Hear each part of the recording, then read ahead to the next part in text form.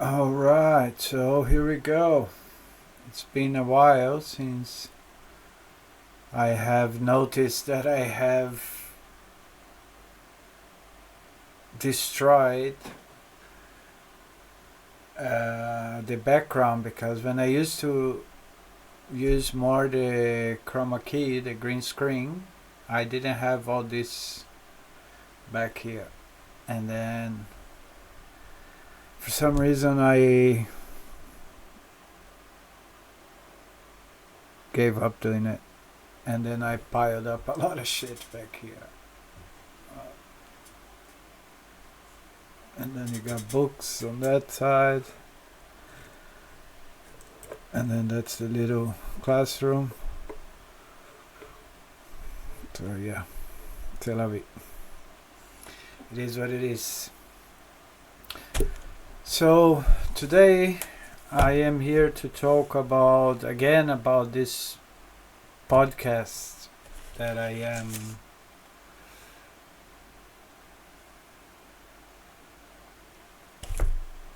trying to process, but not only because I have heard already from my therapist that I may have acquired too much information, but I haven't transformed that in knowledge. Or if I did, for example, I can lecture about it, but I cannot put everything in practice, It is very complicated, very hard. So the podcast is the Diary of a CEO. Let me see if I have it here somewhere.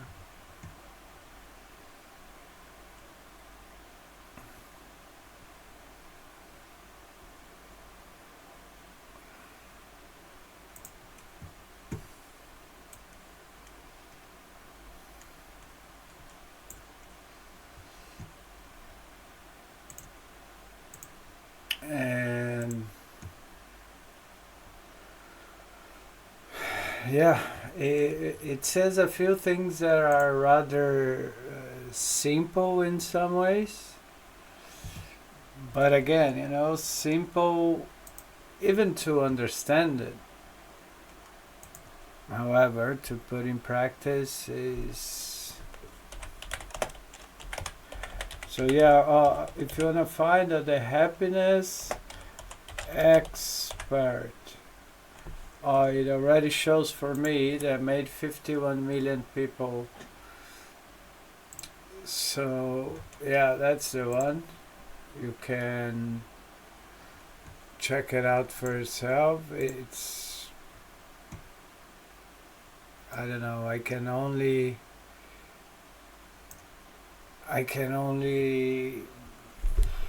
say that I admire Mo Gaudat a lot. He is a very intelligent man and has chosen a very, different path.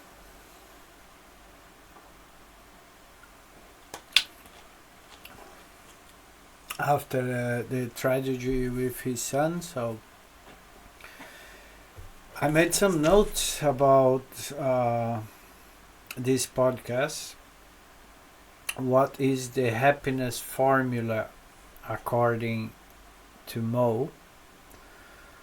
So he said that happiness is an equation, which is happiness equals to events minus expectations. Mo explained that nothing in life has built-in happiness or unhappiness. So nothing in life has built-in happiness or unhappiness. The same event can feel good or bad, depending on what you expect. Example given: the rain is good for plants, bad for holidays. So again, this is what some people call, in a more raw point of view, like open the zoom when you take a picture. Try to see the bigger picture of things, so which do not appear to be very difficult to do, isn't it? But when you put that in practice, I must say, I was writing again today on my diary, and then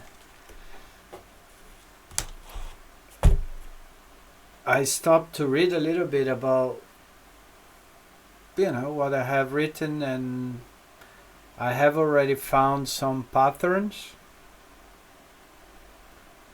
I have seen things that are repeating quite often.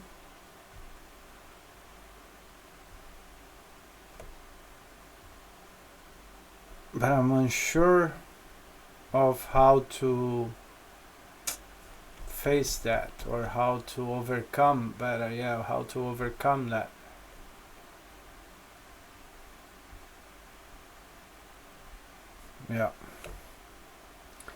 So Mo says that the problem is not reality itself. The problem is the gap between reality and your expectations.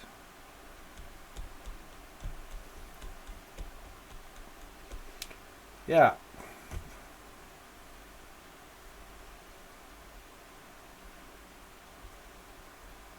I must say that I have just lived a situation here with the people that moved to the front part of the building, that I did expect them to, not be, but act as normal people. And as usual, I'm always offering, you can use this, that, because the house there doesn't offer many things, like,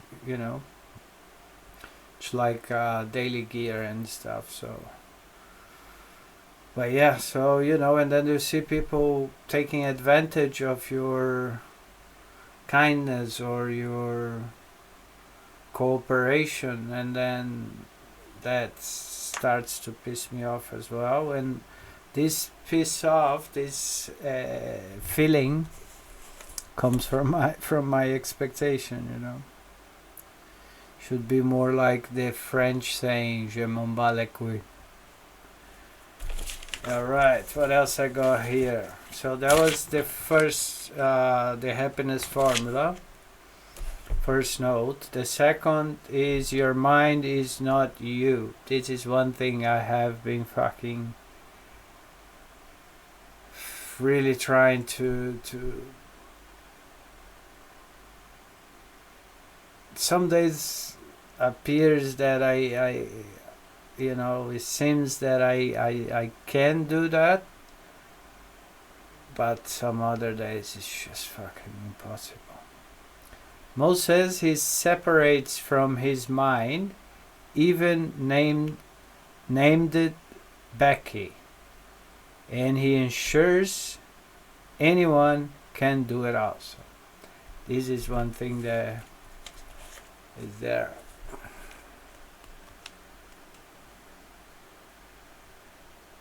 Oh, the thing is turned out.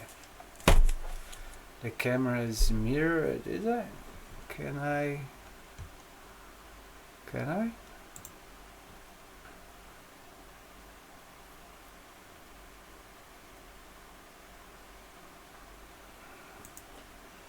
There we go, that's better also. But then if I am going to put that now. Oh, there we go. Mo says he separates from his mind, even named it Becky, and he ensures anyone can do it also. That's a strong one, I even gotta roll a little ciggy.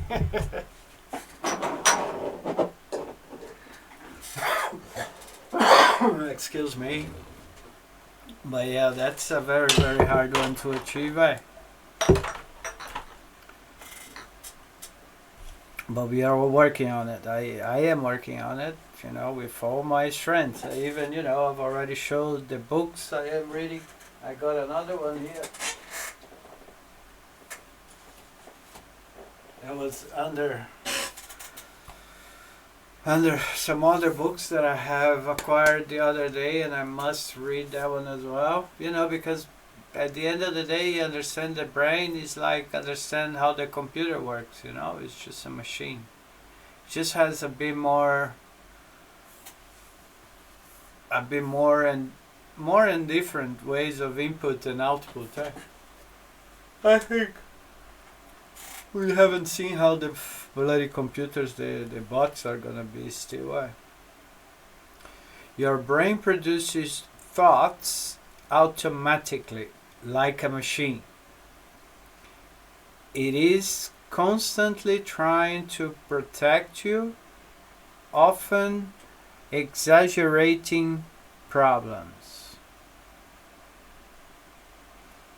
That's pretty interesting, So basically, as our brain is always trying to keep us alive, it always making more, like we say, making a storm in a glass of water. Thoughts are suggestions, not commands. That's a heavy one as well. You can question them, delay them, or even ignore them. Jesus Christ, that will be the help for addiction, wouldn't it? If one manages to control that.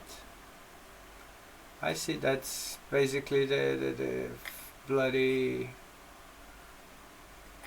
cure for addiction, because one can say, no, I'm not going to smoke today, or whatever is the addiction. This helps reduce anxiety, paranoia, and overthinking. Like, I do sometimes at the day, I now have to basically switch off everything, have a break, because I have exaggerated on what I try to do, but also my brain is like all over the place, and I have to have, I believe, I don't know, as I have mentioned this here before, it's in hospitality there was a skill, be able to do several things at the same time, and now apparently it's not. So number 3, the 3-step mental system. When something triggers you emotionally, first question, is it true? Our brain often creates stories, not facts. Second question, can I do something about it? If yes, act. Number 3, if not, question 3, third question, if not, can I accept it and move on? So, yeah. I would say that there was a time in my life that I could kind of live by those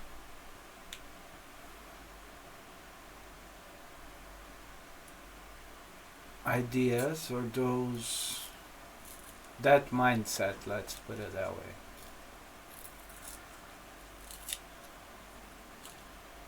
But then I was considered incoherent and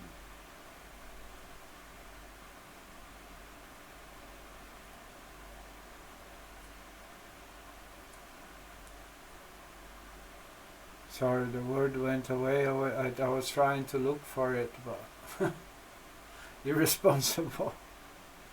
That was the word. Yeah. So, and then kind of like I had to In some moments of my life I had to push myself back into it. For now, find myself in this situation of maybe I was right. This is a practical tool to break emotional reactions quickly. Fourth topic. Most problems are not in the present. Most cases, yeah. Not all of them, though. Negative emotions usually come from past, regret, future, fear, anxiety. True, most, or many, I would even say. Because it depends who is talking. Like, if it's me at the moment, yeah. I would say that I have been in way worse situations. I have been in way worse conditions even, you know. So I can't really complain. So for me that would work. But there are people that are suffering. I mean, you know, if you look at, it's hard though, because let's say me with my mental health issues, there are moments that the pain and the suffering is in that moment. But it's about something that has happened. So it's about something that it is or it was in the past. But yeah, it's always that bloody dilemma.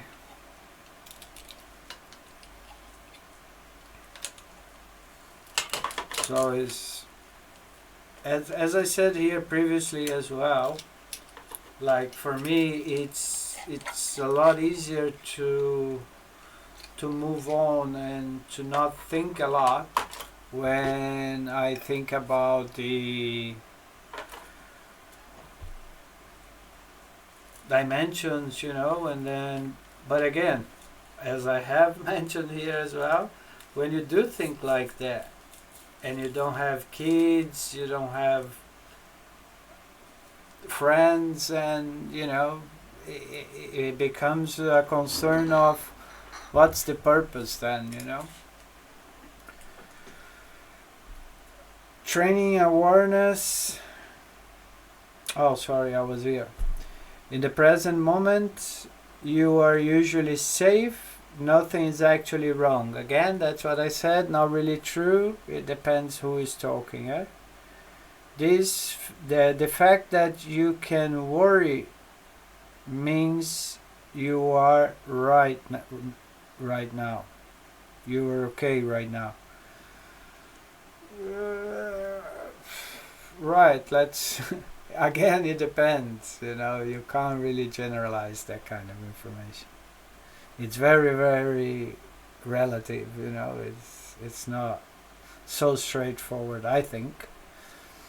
Training awareness of the present reduces suffering. Again, depends who is talking. If it's for me, sometimes if I stop and look, hey, look, I'm in London, I got my studio, I don't have a dog, but you know, I have my studio, I am making enough money to live, I am getting support with my problems and this and that. Yeah, for me, yeah. But there are people that are not in the same situation, so. And, what is the topic 5? Happiness is a choice, but not easy. Yeah, okay. At least he's written that as well on the note, but not easy. Yeah, I did quite a while ago. It's hard for me to finish such a big document in one go, you know. And so happiness is a choice, but not easy. Yeah, this is controversial. You cannot control everything that happens. Yeah, that's what I've been talking from the start of it. but you can't control how you interpret it. Right, it's that kind of stuff. So then, right, so the guy is working and he loses his hand and he said, oh, yeah, at least it's one hand less to cut my nails. Yeah, so that's what I mean when it depends, you know? Because it really does depend.